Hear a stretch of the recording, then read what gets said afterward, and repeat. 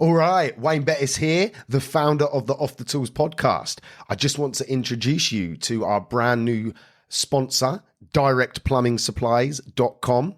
It is founded by a former tradesman who has set up his own plumbing and heating merchants. He has an online shop, which is obviously at directplumbing.supplies.com, and he delivers across the UK.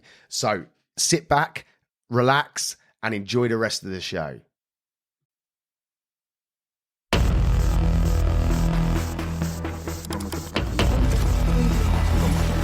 You are now listening to Off the Tools with the one and only Wayne Bettis. If you're passionate and driven and focused in what you do, people will take notice. You can achieve anything you want to achieve in life. The excuses are not valid.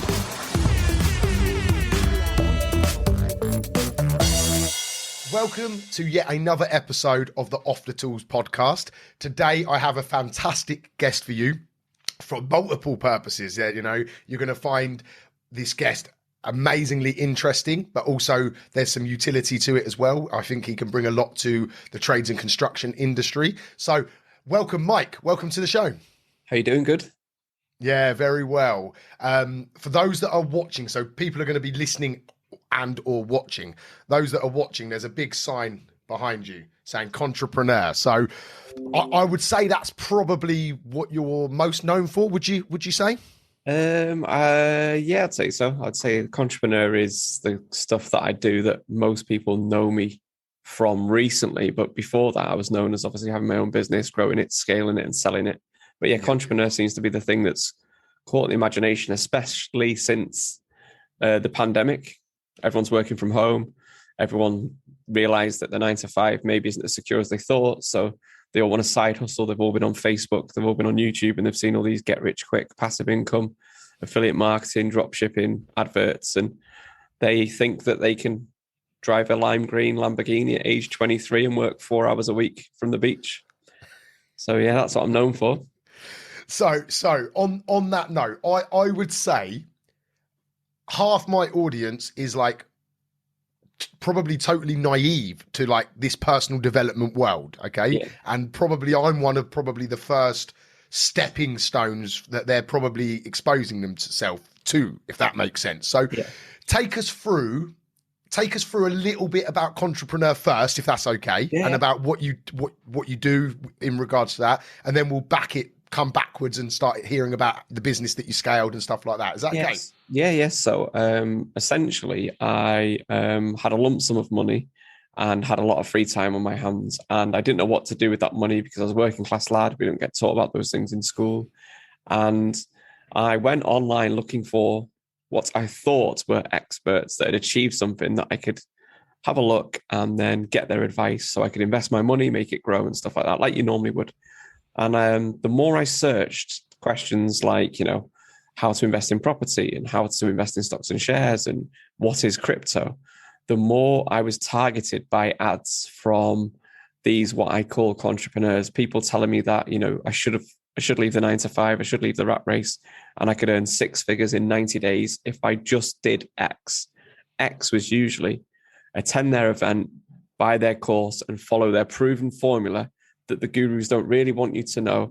You've seen the adverts, and it was that. So I actually started clicking the adverts, going to all the events, buying all the courses, and I spent £500,000 on what they told me to do. And I just recorded everything that I learned, the people that I saw, the things that I seen, my actual results, and then just put that on YouTube with the thought process of, if it works, great. I'm going to be a millionaire in 6 other fields that I've got absolutely no knowledge in or experience in. If it doesn't work, shit, I've just wasted £500,000, but at least it might stop somebody else from falling for this bullshit. And that's what I did for 2 years. I basically followed these geezers around, did all their courses, bought crypto mining rigs, did drop shipping from China, did fulfilled by Amazon. And then the more I learned, the more I realized that these are scammy bastards that have never achieved the things that they claim. They only make their money through selling courses. The product's crap. They overpromise, underdeliver, but they have got a whole generation of entrepreneurs and impressionable, vulnerable people hooked and think that this stranger that they've never heard of before with zero business acumen, zero business experience is going to turn their life around and turn them into an instant millionaire. So that's what I did. Banged it all on YouTube. Long story short, I ended up meeting Gary Vee. I ended up going to speak to Netflix. They wanted to turn it into a documentary. I copied their formula. I got a blank book to number 1 on Amazon. I just basically took the piss and just exposed the tactics that they use. A grown man. Sorry, you took a blank book to number 1 on. Yeah. So what I did is whenever I found something that was they all claimed to be, or they all did, I just thought, in fact, I'll get the book. It's here actually. So, so this is a book, a business book that I wrote. So for those that can't see this, right, it is literally a blank book. It says a blank page on 144 pages. But what I do is I'd learn the process, and I think, like, how can they all be a best-selling author, or how can they all claim these different things? Yeah. And instead of just telling people this is a scam, I thought it's a far more amusing and interesting thing for myself to actually do the thing that they do and then break out down the actual process. So I noticed they were all the best-selling authors, so I just decided to write a book. It took me an hour to format it, put it onto Amazon, follow the process. I'd kind of worked out what they did. I got it to number 1 on Amazon within 24 hours. So I was a bestseller. Wow. That made national news in like Australia, America, big news and stuff like that. So I just broke down step by step the process they did. How do they do testimonials? How do they sell at events? How do they con people into buying their products? And I just put that all online, and it got me a lot of attention, both positive and negative. Obviously, people that love those gurus didn't like me. And those that had possibly spent $5,000, $10,000, $15,000 and were no closer to financial freedom or being a millionaire or 6 figures in 90 days, loved that content. And that's what I did. Yeah. Started a YouTube channel, and that got to 86,000 followers. So. Wow. So for those that haven't seen it, let's plug this straight away. Where can people start to see a little bit of the content that you've created around this? Yeah. So youtube.com, Mike Winnet / Mike Winnet, which is WINNET. Cool. But I've not uploaded a video there for 11 months. So I'm not a YouTuber. I'm just I have real businesses. I have real business interests. I make real, clean, proper new money through hard work and having a product and identifying customers and attracting customers, and like you should do, and which is the best way to make money. So I do that as my main focus. I just do the YouTube stuff as a side. But ironically, the YouTube has become one of the biggest lead generation tools for my business. And so my actual real business is like a content marketing business.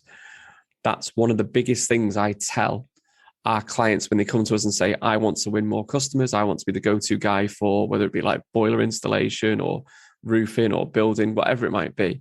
I would say, are you on YouTube? Most of them say no, which blows my mind, because when you think of YouTube, it's the second most searched website in the world, and it's owned by the first most searched website in the world.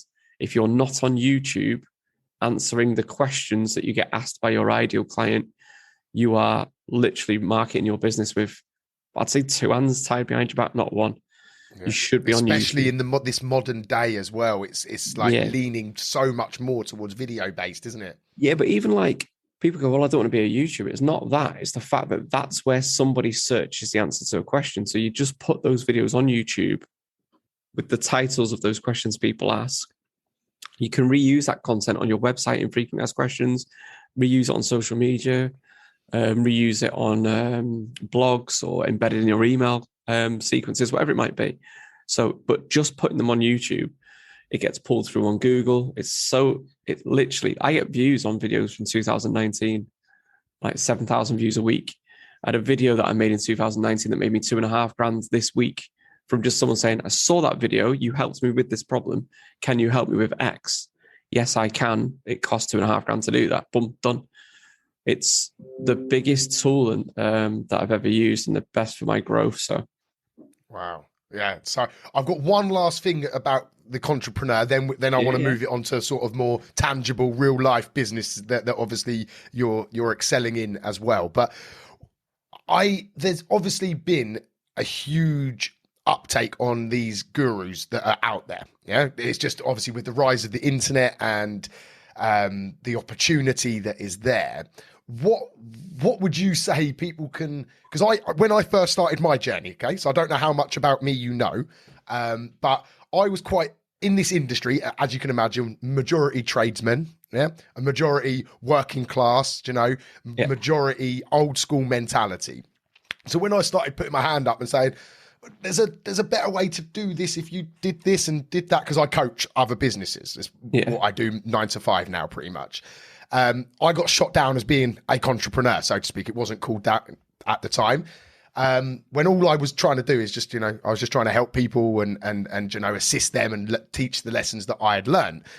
So for anyone that does want help in their business, how can they avoid, or in their life, how can they avoid falling into these traps that so many of these people are doing now? Yeah, but I mean, do your due diligence is the main thing. But the mad thing is, a lot of these entrepreneurs have also got processes for it if you just do superficial due diligence. So if you type in, is Rob Moore a scam, or is whoever a scam, is Ty Lopez a scam, is Grant Cardone a scam, or whatever, these types of people have got videos that are already answering those questions. So they already have like videos that are aligned to those keywords. But you need to do due diligence. But I've never paid for a mentor. I've never paid for a business coach. I've never done any of these things. However, I would say I've got 2 mentors in business, but neither of them know they are my mentor. Neither of them advertise themselves as a mentor, recognize themselves as a mentor. They are just 2 blokes in their 60s that I look at and I think, I wouldn't mind their life when I'm their age. Like, they've got what I would aspire to. So I just befriended them, added value to their life. They've added value to my life. All it costs me is to take them out for a meal every now and then to talk about business, how are they getting on, some of the things that are going on in my life.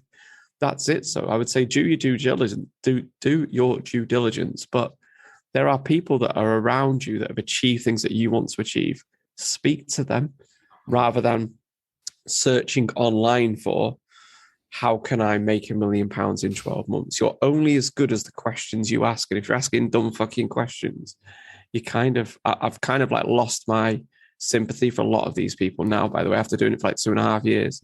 But it's like, if you're asking stupid questions, you're going to get a stupid answer, because everybody we look at in the world and I say this all the time to anybody that wants to spend money, I say, with like a guru, a mentor, or coach, whatever, I say, who do you consider to be the most successful business people in the world? And they always say the same thing. Jeff Bezos, Elon Musk, Richard Branson, Steve Jobs when he was alive, whatever. Do you think any of these people went and sat in a conference room at Basingstoke for 14 hours on a Saturday and rushed to the back of the room to buy a course? Do you think any of them would advise you only need to work 4 hours a week? The secret to my success is I only work 4 hours a week. No, everybody we recognize as being successful in business, the gym, acting, whatever it might be. So take those examples. Arnie, do you think Arnie knew one secret trick that it meant he only had to work out for 1 hour a week? No, he didn't. He was in the fucking gym, doing his reps, doing his hours. Do you think The Rock became the best at wrestling on the most recognized face because he just did 4 hours a week? He did a 4-hour work week? No. Outwork everybody is all these people's sort of mantra that they follow. So I don't understand when people apply that to business, they then think that they can bypass the very thing they all acknowledge and accept has been the secret behind the people they aspire to be. And that's what happens. So to answer your question, how do you know? It's do your due diligence. But there's enough content out there and examples of people that have achieved things that aren't selling you the answer for you to read, learn, listen to podcasts. You can do so much of this stuff on your own. Essentially, a guru is just reading to you out loud a book that's the shit that's in a £9 book. Why pay him $2,000 to do that for you? Because you're lazy. Yeah, that's it. I think people have this fallacy that your word, you have to do the reps. I think you said, Yeah, you know, do the reps. that is the key. That is, if there was a secret key, that is it, isn't it? You have to put the work in. So I do this, right? So I set up my own business, grew it, scaled it, and sold it for £8 million. It took me 2.5 years to do. So people go, oh, that was quite quick. But no, I'd worked in startup businesses for 6 years. 6 years before I even felt like I had a shot at having my own business. So how the fuck you're going to quit your 9 to 5 by Colin from Coventry's course? He's going to teach you via his Facebook group, and you're going to run a 6-figure business in 90 days. Blows my mind. You've never even worked in a startup business. You've never owned a product. You've never done marketing before. There's so many elements and things that you need to have experience in. So my advice to anybody that wants to do this, you've got 2 choices. Pay a guru that, by the way, probably hasn't achieved, most of them haven't achieved the thing that they're selling to you. They're just good at marketing. Or that might cost you 2 grand, 5 grand, 10 grand, 20 grand, depending on how high up and how much they've suckered you in. Do you want to be my super inner close circle bootcamp masterclass? Bullshit. Or go and work in a startup in the industry that you would like to have your own business in. Work there for 2 years. And guess what? They pay you to learn a better quality of learning through experience, seeing it with your own eyes, not on your money, not at risk. You've not banged it on a credit card. You're getting paid to learn marketing, sales. The earlier you get in a startup and the smaller the startup, the more you are open to and you're part of. So I joined a startup that was brand new. I worked there for 4 years and I was the first employee. So I was sat in an office hearing co-founders and founders talking about marketing strategy, sales, customer acquisition. So I was like a sponge. But I did all this because I knew one day I wanted my own business.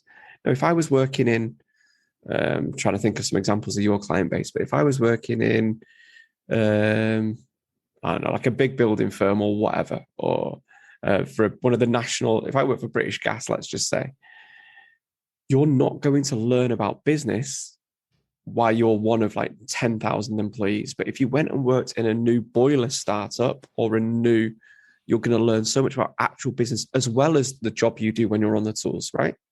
Yep. So that's what you need to do. But most people think, well, it's risky joining a startup, but it's not risky. If that startup fails, goes under, that's the best learning you've got. You can still go get a job at a big company. So I always say to anybody that says to me, so what do you recommend then? What's the other option? What's the alternative? Go and work in a startup in the industry that you've got an interest in. Work there for 2 years. And if you still fancy it, then start seriously looking about, learning about marketing, learning about sales. And that's what you need to do, I believe. No. Do you know, I think that clearly defines how, again, my audience is tradesmen. Okay. How do tradesmen become tradesmen? Yeah. They go and work at a firm to learn the skill. You've just echoed the process, haven't you? That we all have done. You might think it's not for you at the end. You might think, do you know what? Fucking hell, this is a lot of stress. Like, look, they're struggling for money at the end of every month. And I didn't realize they have to pay so much national insurance and tax or like pension stuff. And, I realized that customer acquisition is harder than I thought. Or do you know what? Clients are a ball. Like, or you might go, I don't think they're doing this very well. And then what you can do is you can suggest improvements to their business and you can see if it works or not. But the biggest thing I can't sort of stress enough is, but you're getting paid for actual real business lessons as opposed to buying Colin from Coventry's minimal viable product. Let's make sure it looks like value so we can charge a higher price course that's cost you. You've paid money for a substandard product and learning, or you can get paid to learn and get a far superior product. It's a no-brainer. But unfortunately, too many dickheads want to choose this. Yeah. And there's too many dickheads that are selling this. What's his name? Joseph Valente. He is a guy in this industry. Yep. Who the fuck's going to buy his course? The guy shut his business up and it owed 2 million out to different people. Do your research. Yet this guy's on there with his online with his turkey teeth, doing targeted Facebook ads to people, telling them how to run a successful business in your industry. Yeah. The guy's never done it himself. He's like one of the only people that's fucking won The Apprentice that's had to fold his business. That tells you everything you need to know about the guy. Yet he's managed to polish himself up good enough, and he's convincing enough for you people because he's doing targeted Facebook ads. Yeah. The guy was fucking good. He'd still be working with Alan Sugar. Yeah. He wouldn't be winding up his business and fucking off all his suppliers for 2 million quid. Like, yeah. When that happened, a lot of my audience were. I would like to say allegedly, but it's not allegedly, is it? It's like research him. Yeah. Yeah, no, I agree, and you touched on that they're good at marketing, and do you know what? That's what I'm thinking. Do a marketing course. That works to me. That works to me because now you're proving that you're good at what you do. But yeah, don't tell me how to run a boiler installation business or a gas business when not only have you failed and took 2 million quid with other people's money with you. Yeah, mad. Yeah. And that's one of the reasons why when I like invited you on, I thought, shit, is he going to dig me out? Is this going to be a little bit like because of what I do? And to be honest, I just sort of one thing I'm not great at is marketing myself, and I'm proud of that in a way because the people that work with me and the people that listen to this show and the people that are in my group and stuff are here because I'm not trying to bullshit. I'm not trying to pretend I've got a Lamborghini on the drive. I'm not trying to pretend I'm this millionaire.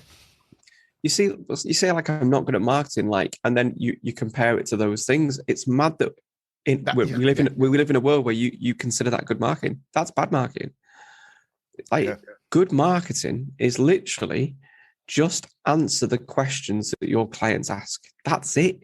Yeah. If you make content and put out stuff that answers questions that your ideal client would want to be searching for online, if you answer those questions, put it in the places they ask those questions, they will start to see your content. If you give value through your marketing, then people will start to feel like you've got authority, credibility. They will then go and check you out. They'll check you out on your social media platforms. If you're giving value and stuff, then they believe what you say. And then none of the process I talk about is bad. And this is where there's a misconception sometimes of what I do. Testimonials are good for your business if they are real testimonials from genuine clients. When you're buying testimonials from Fiverr, or you're getting your friends to leave you 5-star reviews on Facebook that have never bought your products, that's not a real testimonial, right? So testimonials aren't good or bad. There are proper ways of doing it and good testimonials, and there are wanky ways of doing it. So, and you can take that through every single process. Scarcity, it's a tactic to get people to buy. But if you install windows, or if you build conservatories and there's only a certain number of a product you've got left, that's real scarcity. If you sell a digital product, and you're saying we've only got 7 of these left, that's bollocks because it's a digital product. So that's a bad example of scarcity. Yeah. If you do price drops, if you genuinely did sell this boiler for £3,000, but it's now dropped to £2,000, that's a genuine sale. If you claim your bullshit course is valued at 30 grand and is now worth £97, you're a plum. Like, there's no way you've done a deduction on your price for £29,003. I loved your Grant Cardone post last week about that idiot, exact thing. Grant Cardone's there telling you on one hand on his Facebook feed, never reduce your price, add value.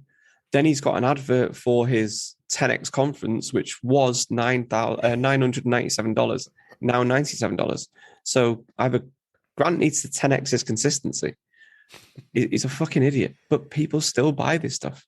By the way, he's one of the worst speakers I've ever been to see. He literally, he's a studio salesman. I wouldn't trust that guy with my pocket money, let alone hand over thousands of pounds to the guy. Wow. But these people are just good at marketing and they spend an awful lot. If you're spending an awful lot trying to convince someone you're legit, you've probably fucked up somewhere along the line, in my mind. Yeah, I think that's quite a valid point. So let's moving on from this side of what you do. You subtly just sort of mentioned as if it wasn't a big deal that you scaled a business and sold it for, did you say 8 million quid? Yeah. So can we unpick that a little bit? Like what was it? How did you do it? And what were the outcomes? So I'd worked in startups at this point for 6 years, and I was 29, and I just thought at that point, now I kind of know enough about business that I might be able to have a little go at it myself. Now Now, what I'd done with my expertise, so I was not on social media at the time, so I wasn't like pretending I was successful or whatever. I wasn't really asked. And my living expenses were $2,000 a month. So I just saved 12 grand. So I saved 12 grand, and I knew as soon as my bank account hit 12 grand, I would have enough money to start my own business, but I knew my costs were covered for 6 months. So whatever I did, I'd have a good run at it. So that was so in my mind, I'd gone, right, I'm going to start my own business. I've done my 6 years learning, or 5.5 years learning. Now I'm going to save 12 grand because I'd actually reduced my outgoings. I wanted to get in this position, like, I'm ready to do this now. 12 grand hit. At the time, I was on 70 grand a year salary. I came home at 10:30. My wife at the time said to me, "What are you doing?" I said, "I've quit work. We had a baby on the way." "What are you doing that for?" Like, fuming. This is the most money we've ever had. It was like 4.5 grand after tax. It was mad. It was like unbelievable back then, especially where I'm from. And I just said, I don't know what I'm going to do. So I didn't even have an idea what I was going to do. I said, I've got 6 weeks to work out what I'm going to do. But I've got this idea for how successful businesses run, right? Because I'd actually done research. I'd read loads of books. I'd not paid anyone for a course. I'd basically been teaching myself on the job, working in a startup, and then reading about it and learning things like that. So there were certain things that I wanted. So there were certain market conditions in an industry, and I went and set up a business in an industry I had no experience in, had never worked in before, but I just felt the market was right for somebody new to come in with new ideas. And I launched a platform that you could go onto and download learning and training resources, because e-learning content was bullshit. Now, I actually did a category of content for your industry, Toolbox Talks. Everyone knows them probably. So, but I made them, instead of them being like an hour long, I made them into like sort of 2 or 3 minute animated explainer videos, because, and this is why it was really unique in what I did, most of these training providers in that industry at the time, they mistook, or they believed that the length of a course would sort of be an indicator of quality, when the reality was nobody wants to sit through a fucking working from heights course, right? But if I can tell you why you need to clip yourself onto scaffolding, or you need to, when you're in a cherry picker, in 2 minutes, you're more likely to watch that and you're going to learn that, because the real experience, like I said at the beginning, happens when you're on the job. So I created basically a platform with learning resources that organizations could download that content and use it as part of their learning in their business. I then got 340 clients in 2.5 years. They all paid a monthly subscription. I then sold that. I got offered £7 million from an American company on the Friday. I turned that down. I told them it needed to be more. They then offered me £8 million on the Monday. I accepted the money. And then 32 days later, I had the money in my bank and I was told never to come into work again. So that's what I did. There was no transition period. There was no. And was you I don't know if you can answer this, but was you the sole owner, or was No. So it was me and a couple of friends. So my business that I do now, I actually make content for businesses. The same content I use to grow that business, I did. Yeah. So it's like I'm teaching people actual real stuff that I used in my real business that I grew and scaled, and I use in my real business now, and I make for other businesses. So he's called Ian. So I've got a business called I Am Productions. That's Ian and Mike Productions. So he was with me as well. He worked for United Utilities at the time. And then he left that job. He was on like 60 grand a year. You mentioned at the beginning that you had a lump sum of money to do the Contrepreneur. So I'm guessing that was after you sold this business. Then you were sat with a nice bit of wedge. Yeah, but you say that. But because I was smart, I'd already started investing in things. So I was investing in property from 2011. I was investing in property when I was on a 14 grand a year salary. I was investing in stocks and shares when I was earning like 15, 16 grand a year.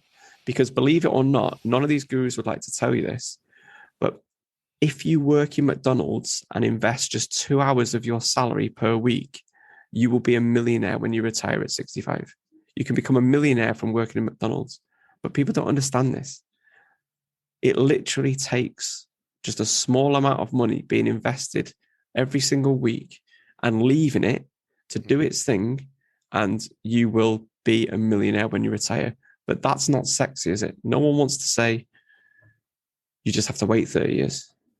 But if you just do that and spend 2 hours, invest the equivalent 2 hours of your salary every week into funds, you'll be a millionaire. And that's, the stats show you and this is based on 300 years of statistics. Yeah. So I'd already started doing these things, but I didn't learn about property from going to a course. I read lots of property books. I looked at what actual experts that I knew, as in everyone knows landlords, spoke to those people. I went and worked in a business that dealt with property and landlords. I like to learn from the inside. I like to get paid for my learning. So I'd already started investing in property in 2011. So, but to answer your question, yes, I had a lump sum of money because I'd sold my business. Wow. So first of all, well done. Wow. That's an achievement. But do you want to know the maddest thing though? Like it sounds, wow, well done. But I was confident it would work because I had the learning, I believed, the experience. Now, don't get me wrong, it was hard, but I had written out a plan and I worked backwards from the plan. And most of the people I speak to, I've got, weirdly now, sort of ironically, I've got a small business community called Views of My Own. And the only reason I set that up was because most people, when they hear the story or they know the story or they've seen the growth from what I've done on social media, they always want to ask about how did I grow an audience of 200,000 on social media? How did I market my business so well and so quickly that I could attract so many clients in such a short amount of time? Because I did no paid ads, by the way. It was all organic. And then how did I sell so much of the stuff to clients? So I always get asked about those three things, essentially, aside from like the entrepreneur stuff. And like I said, I'm a businessman, that my business is a priority, right? So I don't want to waste my time and do one-to-one mentoring or one-to-one coaching or one-to-one consultancy because that isn't what my business is. I've got my own business. I'll do that as a little aside. So all I did is I set up a small group. And I basically, they ask me questions every week. And instead of just helping one person or answering one person, I just make content about the actual things I did and give that to them to learn. So it's almost like the same thing I did with my old business, creating learning materials for people to use in their business. I do the same now, but for solopreneurs, entrepreneurs, SME owners and stuff like that. So yeah, that's what I did. But one of the things we always talk about, or I get asked about the most, is how did you know when to sell? How did you identify who would buy you? Why would they buy you? Like normal questions you'd ask. But I knew all that. I backwards planned from that. There's too many people in business that just walk from one week to the next. And I say to them, so when do you retire? I'll retire when I'm 60. How? Like, who runs this business without you? Who would buy you? What makes you think it's going to be worth $1 million? Because everyone says 1 million, 3 million, 5 million, or 10 million. But who the fuck is going to buy your business? I knew all those things at the very beginning and I worked backwards from that. So I thought, if I want to sell it I actually said I wanted to sell it for 10 million. But if I want to sell this business for 10 million, who would be able to pay 10 million for me? Yeah. Right? Why would they pay 10 million for me? Right? How do I get on their radar at this stage, 6 months before I want to sell? What if I approach their competitor and I create a competitive tension? What if I proactively target some of their client base aggressively and try and damage their business by taking money off them? What if I try and partner and be friendly with certain companies? So I had thought all these things out. So while it's wow, I felt 3 months into that business, I was going to sell my business for 10 million quid. Just somebody else had my money. At that point, I thought, I'm a millionaire. Just somebody else has got my money at this moment in time. That was it. That's some conviction. That's an amazing attitude to approach it with. But if you've got a process that you're following, like why wouldn't that be? Like, and it's like, do your reps. It's like, if you go to the gym, do your reps, eat right, your body will transform. If you just do progressive overload, it's the same in business. It's not hard. It's not difficult. What's difficult is you're trying to find a fucking shortcut or magic pill. It's from the beginning of time. There are countless examples of how this works, yet you're choosing not to find out for free or for £9 a book or join my group for £15 a month, whatever it might be. You're choosing to get some guy that you didn't even know and want to spend 10 grand with him. What? So you can hang out with him like once a few fucking months. Like it's mad. So yeah, it's interesting. But There's millions of examples of people that have done this, and they all say the same thing: have a goal, work backwards from it, clear objectives, break it down into smaller things. Like it's so once you've done that, it's as you say though, execute. it's the unsexy way of success, isn't it? And Yeah. this is my fear. Like I've got 4 children. I don't know if you're a dad, but my eldest is 15, so he's on social media, YouTube, he's doing his thing, and I dread to think what ads are getting thrown in front of him from these young people that are saying they're buying Bitcoin and driving Lamborghinis down the street, and like one of the videos you did recently was like where the clip was the same freaking clip in like 5 different people's video. Three people, but that clip was in multiple videos. I just picked 3. It was 3 completely different people in different countries using the same clip but pretending that was them driving Lamborghinis. So yeah. And like our young generation are so instant gratification driven, aren't they? But I would say it's not. We say it's young, but we are. Like, I don't know how old you are. Like, I'm nearly 40, but we are. Yeah, true. Really, we can't even wait. We can't even wait 6 seconds to press skip ad. We're desperately trying to. So it's a real thing. I think there's people spend too much time on social media. And not enough time in their own business. People spend too much time trying to look like they've been successful. If they put the same amount of effort in actually doing stuff that would make them successful, they'd be so much further along. But I don't know what it is. People seem to I never had social media until after I sold my business. I'd never had Facebook before. I literally joined Facebook 4 weeks ago, and that was because I lost my other social media account. But I never had Instagram. I never had. The only thing I had was LinkedIn.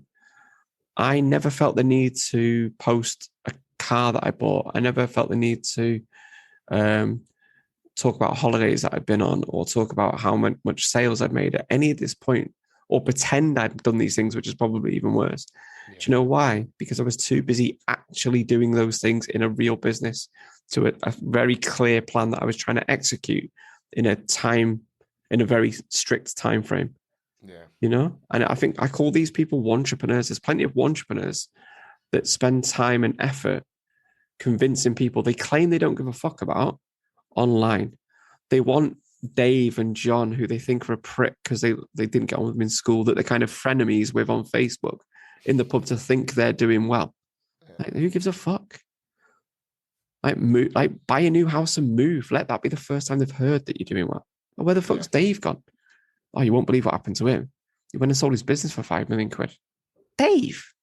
Bloody hell, he was driving a Vauxhall Cavalier 3 weeks ago. It's not. It's not, but people go like, oh, do you know what? I'm going to get a Range Rover so I look decent. I'm going to have it on the knock, pay $1,000 a month on a credit card. It's like you're shooting yourself in the foot. Why put a car on a credit card when you can invest in 2 hours of your salary and you're going to be guaranteed a millionaire? But people choose this. Mad. Blows my mind. I definitely agree, and I would say I spent probably a couple of years falling foul of trying to impress people. I think you do when not everyone does, but I definitely did. As I was getting in my mid-20s, I felt like I had to have this sort of like bravado around who I was. And why though? Why? It's weird, isn't it? Yeah, I can't really explain what it was, and it was really after I hit 30. I'm 35 now. Yeah. I just started to think, I don't really give a shit what they say about me. I don't really care if they think I'm doing well or not. Most people say that in their 20s, but they're doing everything for people to give a shit about them. That's the maddest thing. I blame social media, I blame cocaine, and I blame credit cards for the trouble for most of our youth's problems at the moment. That's why there's so much mental health issues, suicide in people our age. So it's Instagram, broken homes. They've not got a father figure and they want to belong to something. So they believe that this flashy American is the answer to their problems. Yeah. Life was simpler when we were young because we weren't open to all this stuff. The barrier to entry for anything now, the barrier to entry for business is so low. The barrier to entry to music is so low because everything is at our fingertips. The skill now is to curate content that's good for you, purge your feed so you're only seeing stuff that's going to benefit you. That's the real problem. I'll be honest. All this is noise. All this is noise.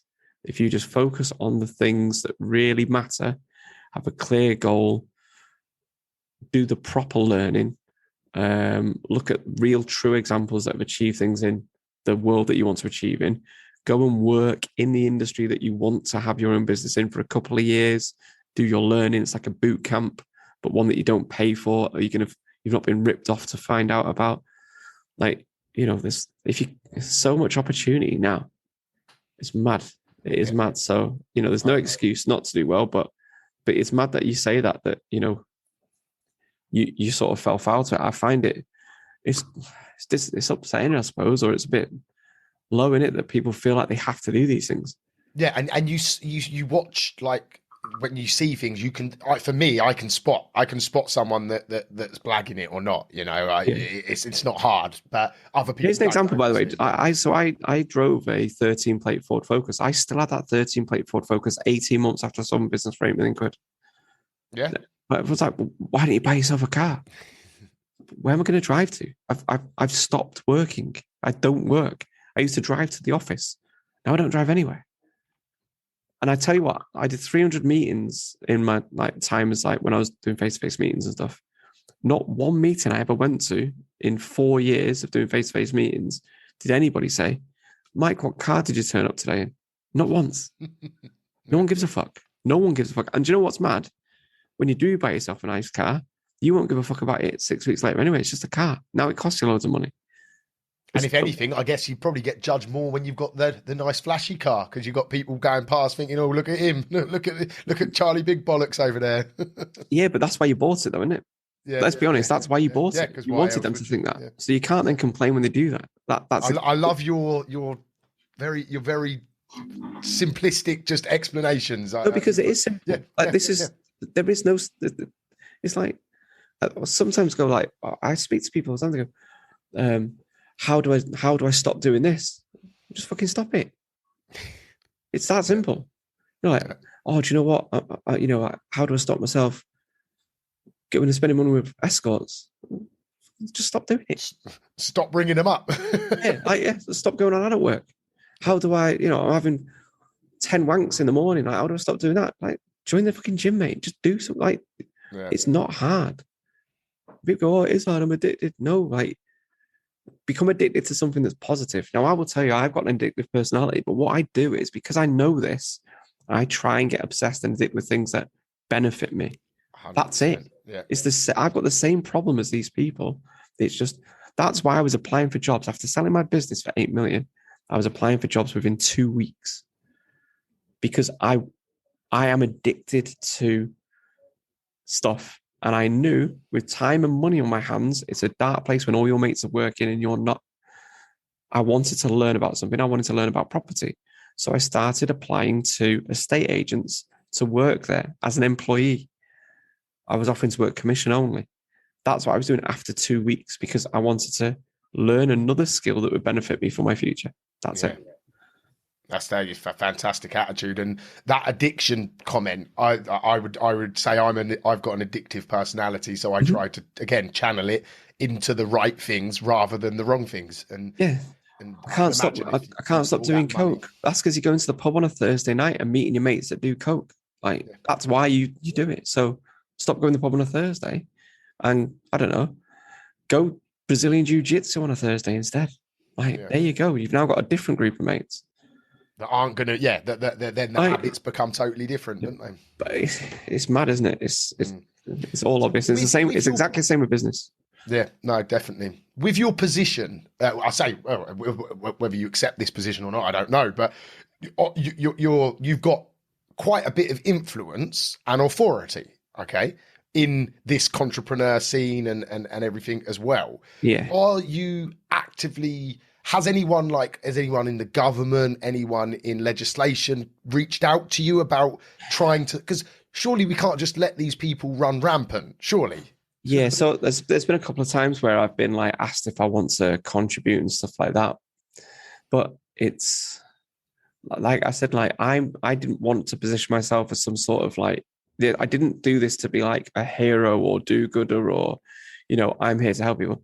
I did it because I was interested. I'm just a bloke from Warrington that runs his own business, that finds his stuff interesting, and I make content about it to put it out there. Do what you want with it.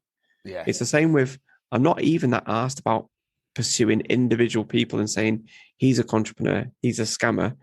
I will teach you the tactics they use and the processes that they use to educate you. Now you go and apply that knowledge to whatever industry you want, whichever person you want. And it's the same when people say that get offended by my work or get pissed off.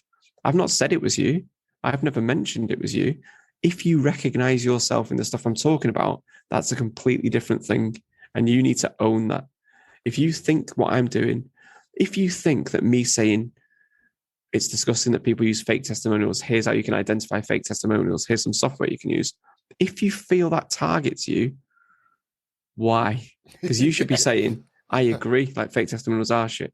And it's interesting the people, especially when I joined Facebook, that blocked me straight away off the bat or DM'd me to try and be friendly, to try and work out why am I here? I've seen your stuff before. I know what you're about.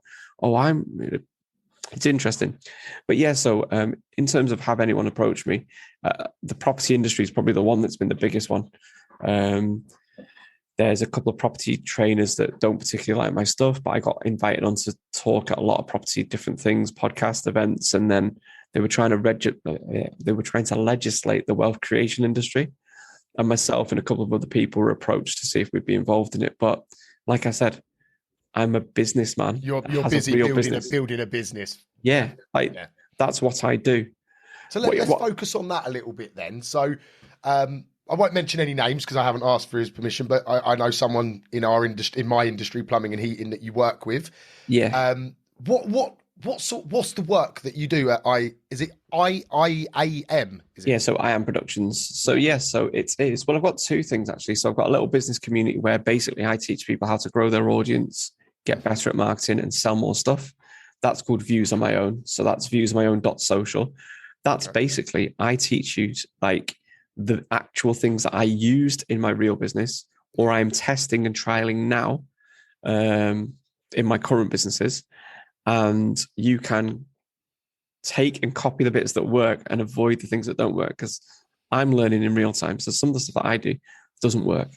So my whole community is in that. So I've got that, which a lot of my clients are in. But I make content. So people come to me and say like, I need more business. Can you help me? And I say like, so what is it that you need to explain?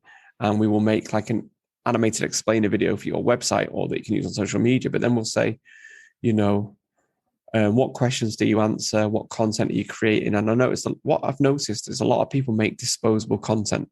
What I mean by that is they will make content like, oh, look, it's the Harlem Shake, or look, it's the Mannequin Challenge, or look, I'm going to go on TikTok and do a dance. And that's, I was going to say brilliant, it's wank, but let's just say that's brilliant for the dopamine of getting views and stuff like that. What it doesn't do, in 2 months' time or 3 months' time, when somebody in Lincolnshire is looking for a boiler, or if somebody in Northampton is looking for a roofer, and they go on Google and they say like, how much does it cost to fix 3 slates or whatever, but they'll search genuine questions, I don't know, about guttering or fascias, whatever it might be. I make the content that when people search those terms, your videos would come up and you'd be the face that they see. You would help with those queries.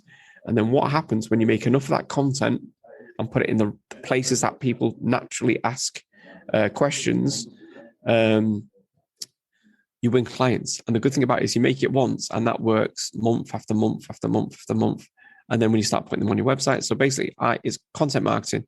I make video content that your ideal client searches for. So when they want to buy, they find you first, trust you, and want to spend money with you. And the reason why I do that is that's what I did in my last business. And that's how I gained 340 clients in 2 years and sold the business for 8 million quid.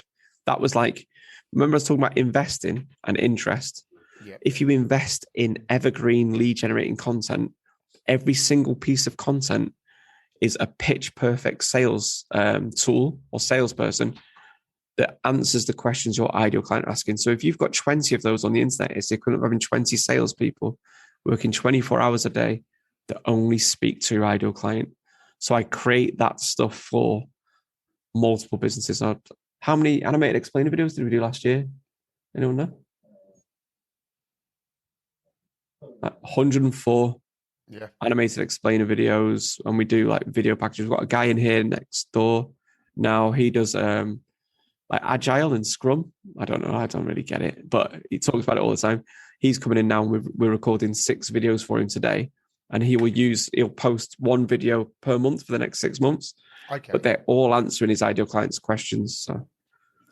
So like it's not just animated videos. People can come and you do like live, not live, but like in-person content creation. Yeah. As well. So obviously we can make, depending on what your tone of voice is, we can make them funny, we can make them informative, we can make them serious, we can make them silly. Like you've seen my videos. Yeah. Like what's mad is if you say, take that guy that you mentioned that you know is one of my clients, if you took his videos and put my entrepreneur video next to each other, you probably wouldn't know we made both. But yeah, so we basically research your niche. We look at what questions your ideal client are looking for. We look at where they're looking for those questions. We look at what content seems to work well in that industry. And then we make you that content. So it takes all the guesswork out of it. Yeah. And it's not for you to go viral because views and clicks and likes don't pay the bills. It's will this content be in front of my ideal client at the moment they're looking for the client? And this is why I say compared to paid advertising, this is the difference. And I see it on Facebook all the time. I'm scrolling and then I get Joseph Valente saying, do you want to 10x your business? Follow my... I've not asked for that. I'm not looking for that. You are literally interrupting my day with something I don't want. But if I go online and say, how do I fix... do Bosch do boilers? Yeah. How do I fix the Bosch boiler? Yeah, what's the Bosch boiler? And then a video comes up and it's like 90 seconds long and it tells me these are common faults. I might go, oh, fucking hell, that was quite useful. I might have a little look at myself. I've tried to have a little fix myself. But then because you've already helped me, I will then look at your social medias. And so now I feel like I've discovered you and I want to spend money with you, as opposed to what most people do on social media when they market is I'm just shouting in an empty room and hoping that somebody is passing. It's a stupid way to market. I explain it as like the preacher in the town centre, just shouting, just hoping that one person that might be interested is there. I would rather 100 people that specifically search a certain term, that the fact that they're searching it means they need to spend money to fix that problem today. I would rather they saw it than getting 16,000 impressions on my bullshit advert on Facebook that might get 200 clicks, 100 go on the landing page, 2 of them fill out, and you manage to close 1. If you're going 18,000 views and closing 1 or 2 bits of business, your marketing strategy is fucked. It's getting shown in the wrong places, isn't it? Yeah. Whereas I can make you one piece of content that in 3 years' time will still be bringing in 10 new customers a week or 15 new customers a week. And I do this for mortgage companies, IT companies, financial institutions, roofers, builders, boiler installers, lots of these things. So basically we're good at explaining what you do to the people that you want to buy with you. And what's the business like size? Are you a big business? Is there many of you in the team or not massive? What was 11, 12? Yeah. Well, one of them is getting sacked today, so it'll be 11 by the end of the day. That's a joke, by the way. But yeah, but we have HR coming down on you for that. Yeah. So there was 4 of us when the pandemic started. Yeah. Oh wow. So this is an accidental business. Like I didn't want to do this for other people's businesses. It was just I didn't want to furlough anyone. So I did a post online. Yeah. You've seen my content, my business journey. If you would like me to make the same content I made for my own journey for your business, would you be interested in having me write your content, us filming it, animating it if it wanted to be animated, and editing it? And 34 people responded to that post and said, yes, please. So I had 34 clients just like that. So then I've gone, shit, I'm going to actually have to build a studio, build a podcast studio, get a production team. But the reason why I could do that is because I'd done my reps for years before and I'd built a reputation where I can do that post. Too many people want to try and do that post when they've been on Facebook for a week or LinkedIn for a week and go, why hasn't everybody bought my stuff? Because nobody knows who you are or gives a fuck. Yeah. That's the answer. No, 100%. And but you see people trying to do that. How can I get 10,000 followers in 30 days? Well, you can buy followers if you want, but if you want an actual engaged audience that are going to spend money with you, you're probably better off having 100 well-qualified followers that actually want, give them value. And this is that people are blinded by vanity metrics. But yes, that's what I did. So we grew that audience. We grew this business during lockdown. So I've got an accidental business with 11, 12 people in it. Well, it's fantastic to hear. And again, it just proves though that the hard work is the element that's needed, isn't it? Because that studio didn't build itself, did it? That, no. that the work that you guys put in doesn't get done by itself. It's because you. The ironic thing though, this business that we've got here doesn't follow the same tick box or criteria or things that I look for in a business that I want to start up. It's like the complete opposite. So it's an interesting one. So that's why I've also got another business, which is the Views on My Own thing, which that's more the model I like, which is I can build something once, get paid for it many times. It's low cost, but adds massive value. Yeah. If you come to my production company and you say, Mike, can I have an animated explainer video about my roofing business?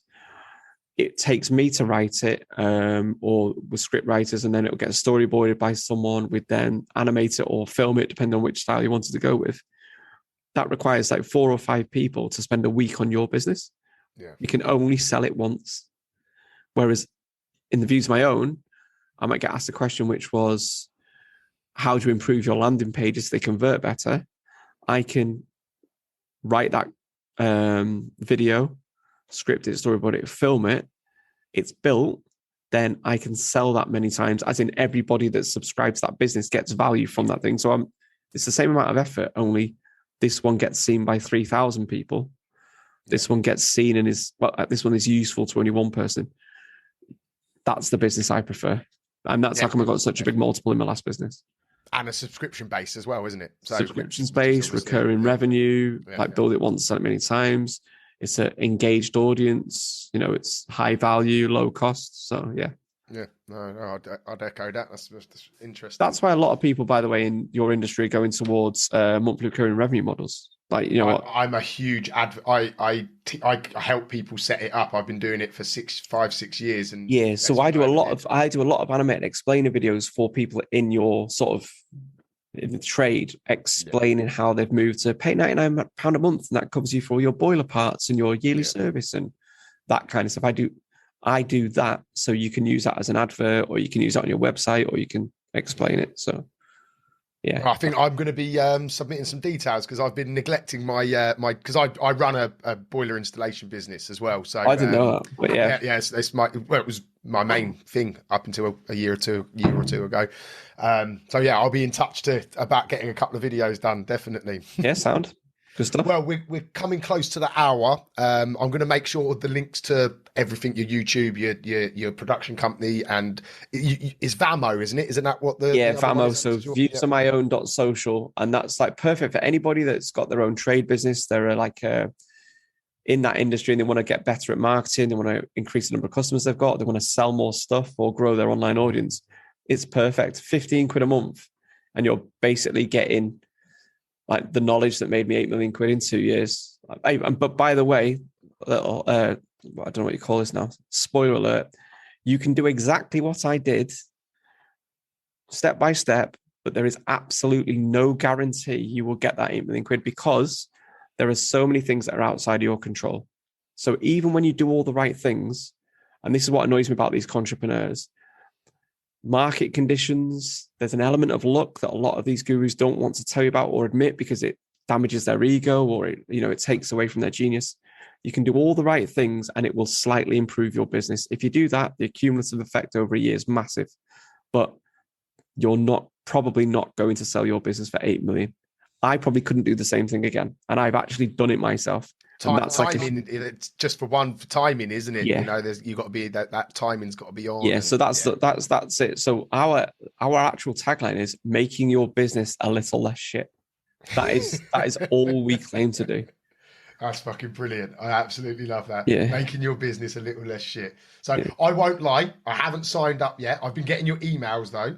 Yeah. So I've been getting some level of content from Vamo, and it is what I've read so far. It sounds really engaging, and I think I'm probably just going to sign up and just because of that tagline. I'll check now. If you're not honest. signed up in the next 15 minutes on an annual subscription, I'm going to call you a entrepreneur on Facebook and end your business. I honestly, I'll hold myself accountable on that. Worries. Purely, I'm going to tell you now, purely because of your strapline. Yeah, that's that. Brilliant. That's accredit my sale to that fucking tagline There you go. just said there. It works. Right, Mike, it's been an absolute pleasure. Thanks, mate. Hopefully a few of the guys listening will point over and come and engage with you a little bit and maybe use your services. But yeah, thank you very much. It's been a pleasure. No worries. Speaking to you. And anything I said about Joseph Valance is all alleged. Don't sue me. There you go. See you later. There's the caveat. Have a good day, everybody. Thanks for listening.